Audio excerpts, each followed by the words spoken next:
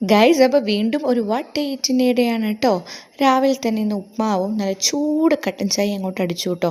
ഉപ്മാവ് എന്ന് പറഞ്ഞാൽ ഞാൻ കുറച്ച് വെജിറ്റബിൾസ് ഒക്കെ ഇട്ടിട്ടാണ് ഉണ്ടാക്കിയത്, അതുകൊണ്ട് എനിക്ക് നല്ല ഇഷ്ടമാണ് കേട്ടോ. എന്നിട്ട് അതിൽ കുറച്ച് മുകളിൽ ഇങ്ങനെ ചൂടോടുകൂടി ഇരിക്കുന്ന സമയത്ത് കുറച്ച് നെയ്യ് ഒഴിക്കുക, അപ്പോൾ നല്ല സ്വാദാണ്. ഒരാൾ കണ്ടില്ലേ തട്ടിൻപുറത്ത് കയറിയിരിക്കണ പോലെ ഇരുന്ന് കഴിക്കണത്, അവൻ അവിടെ ഇരുന്ന് കഴിച്ചാലേ തൃപ്തിയാവുള്ളൂ ഗൈസ്. അങ്ങനെ അതൊക്കെ കഴിഞ്ഞ് അവനെ അങ്ങനെ വഴിയിലും പറഞ്ഞയച്ചു. ഉച്ചയ്ക്ക് ഞാൻ വായ കുഴയുന്നുണ്ട് ഗൈസ്. അങ്ങനെ വിഭവസമൃദ്ധമായിട്ട് ഞാൻ ചോറ്, മോര്, പിന്നെന്താ ചെമ്പല്ലി പുതിയാപ്പിളക്കോര അങ്ങനെ എന്തൊക്കെയാണ് പേര്, ആ റോസ് കളർ മീൻ എനിക്കത് ഭയങ്കര ഇഷ്ടമാണ് കേട്ടോ. ആ മീനും ഉപ്പേരി, ക്യാബേജ് ഉപ്പേരിയൊക്കെ കൂട്ടി നന്നായിട്ട് അങ്ങോട്ട് കഴിച്ചിട്ടോ. അത് കഴിയുമ്പോൾ പിന്നെ ശരീരമൊക്കെ ഒന്ന് നോക്കണ്ടേ, അതുകൊണ്ടൊരു മുട്ട അങ്ങോട്ട് പുഴുങ്ങിയിട്ട് അങ്ങോട്ട് കഴിച്ചു. ഭാഗ്യം തൊണ്ടയെ കുടുങ്ങി ഇപ്പോൾ ചത്തേനെ കഴിച്ചു. അയ്യോ, അത് ഡ്രൈ ആയിട്ട് അത് കൊണ്ടുകൊണ്ട് ഇറക്കുമ്പോൾ ഒരു ഭയങ്കര ബുദ്ധിമുട്ടുണ്ടായിരുന്നു. വല്ലവന് മുട്ട പുഴുങ്ങിയപ്പോൾ എനിക്കും കൂട്ടത്തിലൊന്ന് പുഴുങ്ങിയതാട്ടോ, എന്തിനാ വെറുതെ വേണ്ട വെക്കണത്. അങ്ങനെ അതും അങ്ങോട്ട് കഴിച്ചു. അത് കഴിഞ്ഞപ്പോഴേക്കും ഏട്ടൻ കുറച്ച് നേരത്തെ വന്നു കേട്ടോ, പിന്നെ ചിക്കൻ റോളും കൊണ്ട് വന്നു. അത് കഴിഞ്ഞപ്പോൾ ഞങ്ങൾ വിചാരിച്ചൊന്ന് പുറത്ത് പോകാമെന്നുണ്ട്. ഇങ്ങനെയുള്ള വെള്ളമാണ് കേട്ടോ കയ്യിൽ.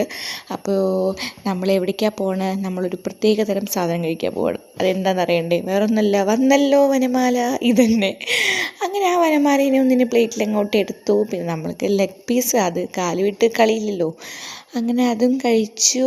ലാസ്റ്റ് ചിക്കൻ്റെ എല്ലാം കടിച്ച് മുറിച്ചപ്പോൾ സമാധാനമായി. പുതിയ വീട്ടിൽ കാണാം. ബൈ.